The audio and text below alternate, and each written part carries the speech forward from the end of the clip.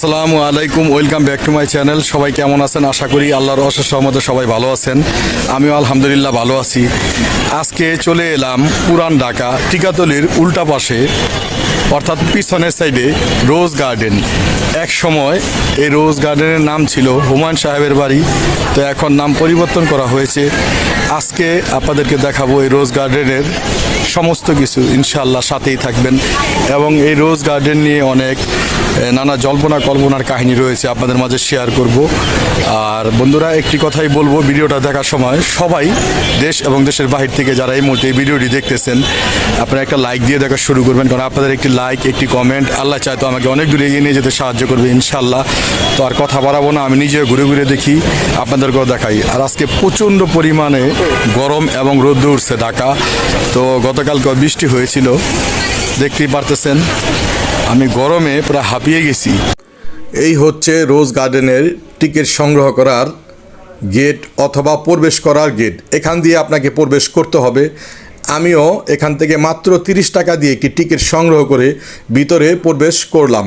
শুরুতেই দেখতে পেলাম একটি অসাধারণ ভাস্কর্য এবং বসার জায়গা।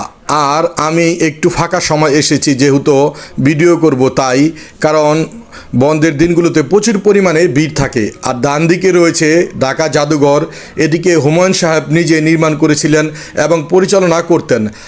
আর বাম পাশে রয়েছে, দেখেন বাম পাশে রয়েছে অসাধারণ একটি রোজ গার্ডেন। এই গার্ডেনের নামেই এই ভবনটির নামকরণ করা হয়েছে। আর এখন প্রায় দুপুরের সময়, প্রচণ্ড গরম আজকে এবং রোদ উঠেছে। আর পুরো ভবনের ইতিহাস অর্থাৎ রোজ গার্ডেন প্লেসের সব কিছুই আপনাদের মাঝে তুলে ধরব। আর ডান পাশেই ঢাকা জাদুঘরের যে ভবনটির সাথে রয়েছে এই বিশাল আকৃতির পুকুর। খুবই দৃষ্টিনন্দন কারা এই পুকুর, অনেক ভালো লেগেছে আমার। আর পুকুরের দুপাশেই রয়েছে দুটি গাটলা। আর আপনারা যদি কেউ আসতে চান তাহলে আপনারা রবিবার আসবেন না, কারণ রবিবার সাপ্তাহিক ছুটি এবং সোমবার অর্ধবেলা ছাড়া সপ্তাহে বাকি দিনগুলো সবার জন্য উন্মুক্ত করে দেওয়া হয়েছে। মাত্র 30 টাকা প্রবেশ ফি।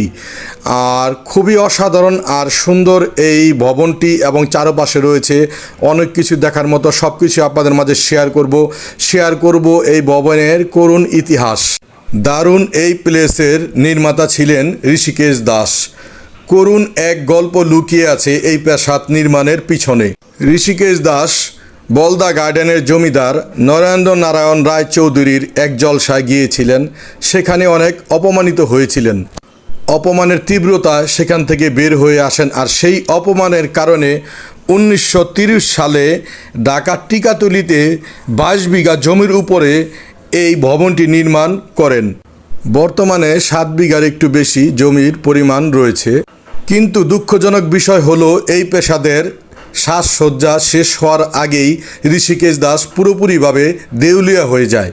তারপর 1936 সালে ব্যবসায়ী কাজী আব্দুর রশিদ খান বাহাদুর সাহেবের কাছে এই ভবনটি বিক্রি করে দেয়। তখন উনি এই ভবনের নাম নতুন করে রাখে রশিদ মঞ্জিল। 1937 সালে রশিদ সাহেব তার পরিবারবর্গ নিয়ে এই ভবনটিতে বসবাস করা শুরু করে। আমি এখন ঠিক এই রোজ গার্ডেনের সামনেই আছি। একেবারে সদর দরজার সামনেই রয়েছে একটি অসাধারণ পানির ফোয়ারা। তো আমি ভিতরে প্রবেশ করতেছি। আর ঢুকতেই প্রথম দেখতে পেলাম নিচতলায় রয়েছে একটি অসাধারণ বিশাল বড় হলরুম। এই নিচতলায় রয়েছে 8টি কক্ষ, কিন্তু বর্তমানে সবগুলোই বন্ধ রয়েছে একটি বিশেষ কারণ। নিচতলায় শুধু আপনাদেরকে এই বিশাল বড় হলরুমটি দেখাতে পারলাম। আর এখন আমি এই সিঁড়ি দিয়ে আস্তে আস্তে দোতলার দিক উঠব, অর্থাৎ দোতলায় প্রবেশ করব। দেখতেই পারতেছেন কাঠের সিঁড়ি। আর জানালার সাথে যে কাজগুলো দেখতে পারতেছেন এগুলো বেলজিয়াম থেকে সংগ্রহ করা হয়েছে। খুবই অসাধারণ ডিজাইন, দেখলে মন জুড়িয়ে যায়। তো আমি বলতে না বলতেই দোতলায় প্রবেশ করলাম। দেখতেই পারতেছেন এত ভালো লাগতেছে। সম্পূর্ণ কাচের তৈরি, বেলজিয়াম থেকে সংগ্রহ করা। এবং দোতলা থেকেও ভিউটা খুবই সুন্দর লাগতেছে, আপনারা দেখতেই পারতেছেন। সব কিছু মিলিয়ে খুব অসাধারণ পরিবেশ। তো বলতে না বলতে আমি দোতলায় বড় হলরুমটির ভিতরে প্রবেশ করলাম। এই হলরুমটি একসময় নাচঘর ছিল অথবা জলসাঘর, আমরা যে যাই বলি।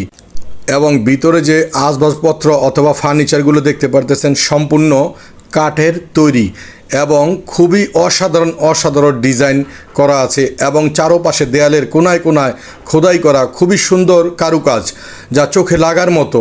আসলে আমি একটু ফাঁকা সময় এসেছি, সম্পূর্ণ দুপুরের সময়, কারণ অন্য সময় খুবই ভিড় থাকে। এদিকে দেখতে পারতেছেন টেবিল চেয়ারগুলো খুবই সুন্দর লাগতেছে।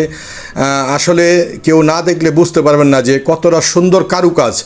আপনাদেরকে আমি দেখাচ্ছি ঘুরে ঘুরে। একটি সোফা রয়েছে, কাঠের তৈরি অনেক জিনিসই রয়েছে, ব্যবহৃত জিনিস। যারা ব্যবহার করতো তারা আজ নেই, কিন্তু তাদের ব্যবহারকৃত জিনিসগুলো সংরক্ষিত করা হয়েছে, তাই আমরা দেখতে পারতেছি। তো এখন এটাকে জাদুঘর করে দেওয়া হয়েছে, তাই সবাই এখানে আসতে পারে মাত্র 30 টাকার বিনিময়ে।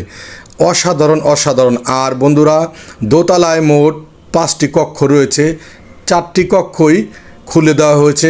আমি আপনাদেরকে দেখাবো। একটি কক্ষ বিশেষ কারণে হয়তো বা বন্ধ রয়েছে। বলতে না বলতেই রাকিব সাহেবের রুমে আমি প্রবেশ করলাম। এটি হচ্ছে রাকিব সাহেবের। আরেকটি কথা আপনাদেরকে জানিয়ে দেই, রশিদ সাহেবের বড় ছেলে ছিলেন হুমায়ুন সাহেব। রশিদ সাহেবের মৃত্যুবরণ করার পরে হুমায়ুন সাহেব ছিলেন এই বাড়ির মালিক। সবাই এক নামে চিনে হুমায়ুন সাহেবের বাড়ি। তো হুমায়ুন সাহেবের মৃত্যুবরণ করার পরে এই বাড়ির মালিক হন তারই ছোট ভাই আব্দুল কাজী রাকিব সাহেব।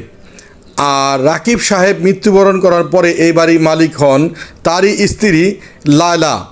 তো আজকে আপনাদেরকে পুরো গল্পটাই বলবো। বলতে না বলতেই এটাই হচ্ছে লায়লা ম্যাডামের রুম, অর্থাৎ রাকিব সাহেবের স্ত্রী যে ছিলেন তার রুম। এই রুমে তিনি ব্যবহার করতেন এবং এখানে পুরো সব কিছুই সাদা দবদবে। 2টি ছবি রয়েছে ওনার। এই বাড়িটি 1989 সালে প্রত্নতত্ত্ব অধিদপ্তর থেকে বাড়িটিকে সংরক্ষিত ঘোষণা করা হয়। এরপরে 1993 সালে মামলা করে লায়লা ম্যাডাম আবার এই বাড়িটিকে ফিরিয়ে পান।